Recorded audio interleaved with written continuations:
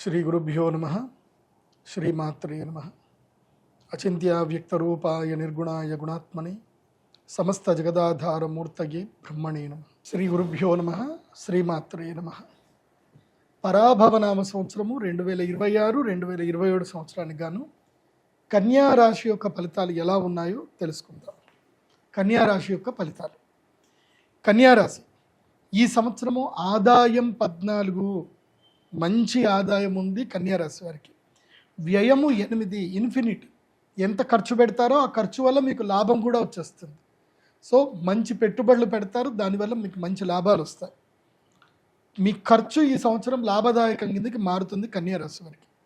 రాజపూజ్యం 1, మెచ్చుకునేటువంటి వాళ్ళు ఒక్కోళ్ళే ఉంటారు, అవమానించే వాళ్ళు మాత్రం 7 ఉంటారు. బాగా గుర్తుపెట్టుకోండి. సో ఈ సంవత్సరం కన్యారాశి వారికి గురు సంచారము, శని సంచారం ఎలా ఉంటుందో తెలుసుకుందాం. ఈ సంవత్సరము మీకు జూన్ వరకు గురుగ్రహము, జూన్ 1వ తారీఖు వరకు గురుగ్రహం ఎక్కడ ఉంటాడు అంటే 10వ స్థానంలో ఉంటాడు. కాబట్టి జూన్ వరకు ఏ పని చేయకూడదు, ప్రశాంతంగా ఉండండి, అన్ని రీసెర్చ్ చేయండి, ఏ పని చేయాలి, ఏ పని చేయకూడదు, ఏది ఏం కదా అనేది డిస్క్రిమినేషన్ చేసుకొని రీసెర్చ్ వర్క్ చేయండి తప్ప యాక్షన్ మోడ్లోకి వెళ్ళకూడదు. ఓన్లీ మెంటల్ వర్కే చేయండి, యాక్షన్లోకి వెళ్ళకూడదు. పెట్టుబడులు పెట్టడము, ఏమన్నా సరే ఎవరికైనా డబ్బులు ఇవ్వడము, అగ్రిమెంట్లు చేయడం ఏం చేయకూడదు. అమ్మడాలు కొనడాలు ఏవి చేయకూడదు. జూన్ తర్వాత మీకు ఏకాదశంలో గురువు వస్తాడు. జూన్ నుంచి మీకు లక్ టైం స్టార్ట్ అవుతుంది. ఎక్కడి వరకు? అక్టోబర్ వరకు సూపర్ టైం. అక్టోబర్ 31 వరకు లక్ టైం ఉంటుంది. కాబట్టి ఆ టైంలో మీరు ఏ పెట్టుబడులు పెట్టండి, ఏ వ్యాపారాలు చేయండి, అన్నీ కలిసి వస్తాయి.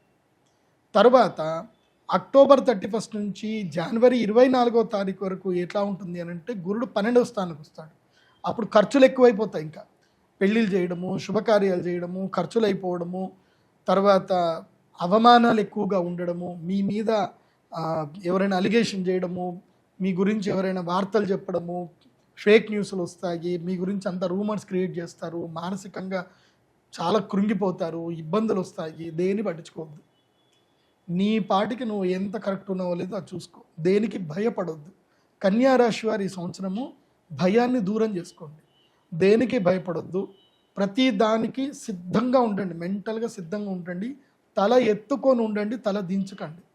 తప్పు చేయనంతసేపు తల దించుకోవాల్సిన అవసరం లేదు. కాబట్టి తల ఎత్తుకొని ఉండండి, ఎవరికి భయపడొద్దు. మిమ్మల్ని చాలామంది బ్లాక్మెయిల్ చేస్తారు ఈ సంవత్సరం. సో బ్లాక్మెయిల్కి కూడా గురి కావద్దు. ఎవరేం బ్లాక్మెయిల్ చేసినా సరే నీ ఇష్టం, ఏమన్నా చేసుకో అని తెగిచ్చి చెప్పండి. ఎంత తెగిస్తే కన్యారాశి వారికి ఈ సంవత్సరం అంత మంచిది.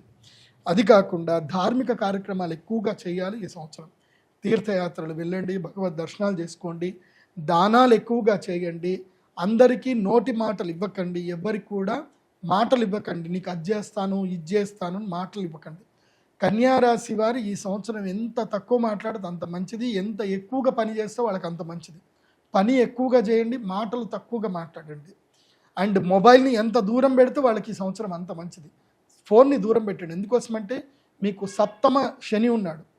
శని 7వ స్థానంలో ఉంటే పిప్పి పిండి వేస్తాడు. మీరు ఎవరినైతే బాగా ప్రేమిస్తారో వాళ్ళే మిమ్మల్ని ఎక్కువగా ద్వేషిస్తారు. మీరు ఎవరినైతే ఎక్కువగా నమ్ముతారో వాళ్ళే మిమ్మల్ని మోసం చేస్తారు, మిమ్మల్ని చాలా ఇబ్బంది పెడతారు. సో మీ పక్కన వాళ్ళే, మీ కుటుంబ సభ్యులే మీకు ఇబ్బంది కలిగిస్తారు. కాబట్టి ఎంతో జాగ్రత్తగా ఉండండి.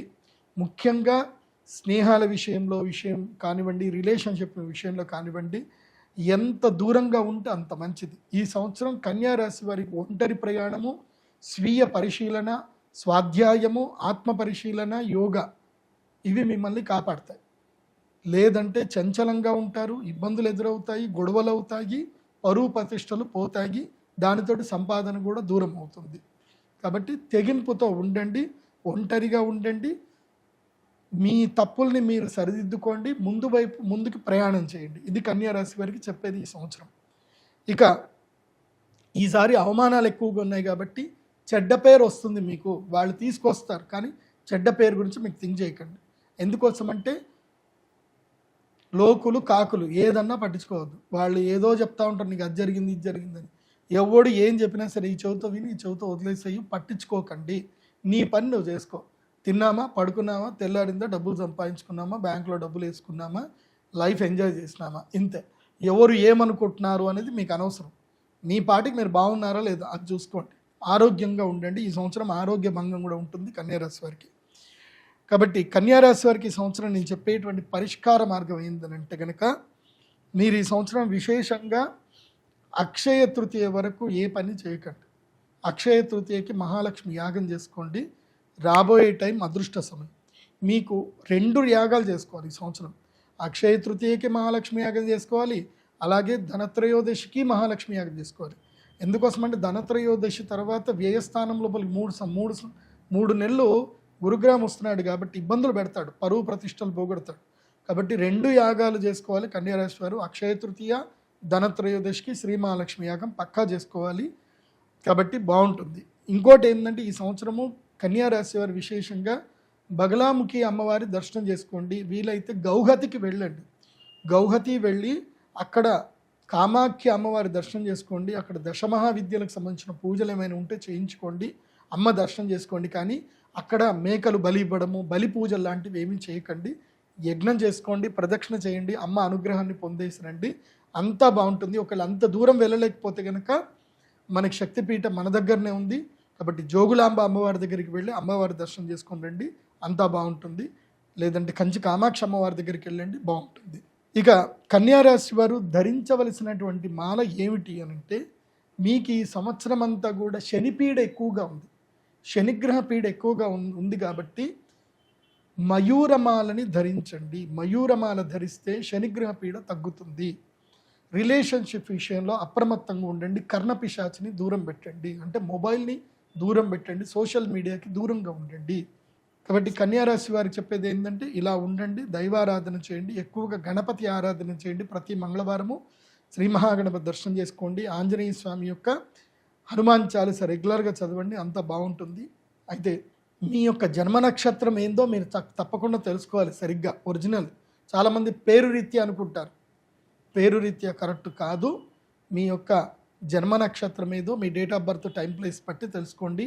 pradeepjoshi.com విజిట్ అవ్వండి. నా వెబ్సైట్లో మీకు అన్ని డీటెయిల్స్ ఉంటాయి. మీరు అక్షయ తృతీయకి రావాలన్నా అక్కడనే బుకింగ్ చేసుకోవచ్చు, నా అపాయింట్మెంట్ కావాలన్నా అక్కడనే బుక్ చేసుకోవచ్చు. అలాగే అక్షయ తృతీయ, ధనత్రయోదశికి ఎక్కడ బుకింగ్ చేసుకోవచ్చు. జాతకం, మెయిన్ జాతకం, మీ జాతకం మీ చేతిలో ఉండాలి. నీ జాతకం నీ దగ్గర లేకపోతే నీకేం తెలియదు, నువ్వెవరు, నీకు ఏది కలిసి వచ్చే రోజు ఏంది, నీకు కలిసి వచ్చే నంబర్లు ఏంది, కలిసి వచ్చే దిశ ఏంటిది, నీకు కలిసి వచ్చే మంత్రం ఏంటి, అన్ని డీటెయిల్స్ మొత్తం కూడా నీ జాతకంలో మేము ఇస్తాం. అది పీడిఎఫ్ రూపంలో వస్తాయి. మీరు మీ date of birth, time, place enter చేసి హోరోస్కోప్ పీడిఎఫ్ ఆర్డర్ చేయండి. మీ యొక్క జీమెయిల్కి, మీ మెయిల్కే ఆ పీడిఎఫ్ వస్తుంది. చక్కగా చదువుకోండి, అది మీకు లైఫ్ టైం ఉపయోగపడుతుంది ఆ జాతకం. సర్వే జన సుఖినో భవంతు. శ్రీమాత్రే నమః.